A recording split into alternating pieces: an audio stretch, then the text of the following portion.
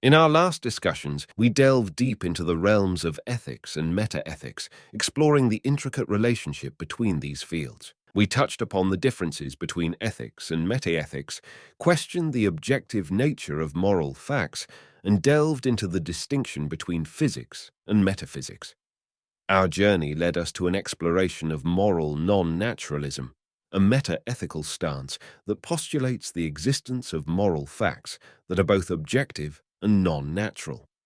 As we continue our exploration today, we'll delve deeper into moral non-naturalism and highlight some key concepts from Taylor's works.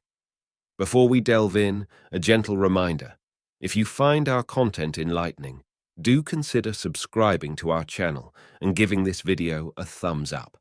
It goes a long way in supporting our efforts and keeps you updated on our latest releases. Your support truly matters. In today's video, we'll dive deep into some very specific aspects of moral non-naturalism. We'll explore Intuitionism, highlighting the inherent sense of moral truths, foundationalism, and its bedrock of self-evident beliefs, and supervenience, a very ambiguous concept for some, which showcases the non-natural interconnectedness of the moral and natural world. Let's begin. Intuitionism is a philosophical theory that claims that there are objective moral truths and that human beings can find them by using their minds in a particular, intuitive way. Intuitionism plays a significant role in the cognitive aspect of moral non-naturalism, as it is based on the idea that certain forms of knowledge are directly and immediately accessible, and supports the moral non-naturalist view that moral properties have an inherent truth value. Although every theory deserves an extensive exploration to be understood fully, let's reduce Intuitionism to three main things.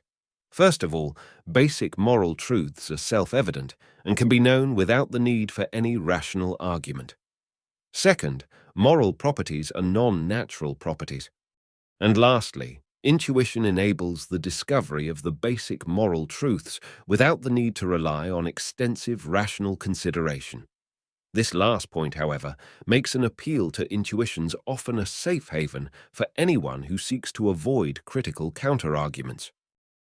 If we go back in history, we find that Thomas Reid, 1710–1796, often considered the father of the common sense theory, argued that humans have direct knowledge of reality due to the inherent cognitive reliability of sensory perception. According to Reid, moral judgments are also formed in this way. A moral judgment arises from observation, not from reasoning. Following Reid's line of thought, it's not clear to us how moral disagreements can be explained. However, for moral non-naturalism, objective values are not only intuitively known, but can also be rationally articulated.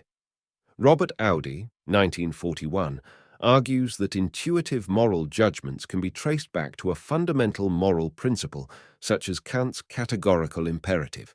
While intuitionism seems to align with the way the average individual makes moral considerations, often in the heat of the moment, there's little time for prolonged rational deliberations. That doesn't mean many philosophers haven't raised objections to intuitionism. For example, intuitionism might struggle when explaining moral disagreement.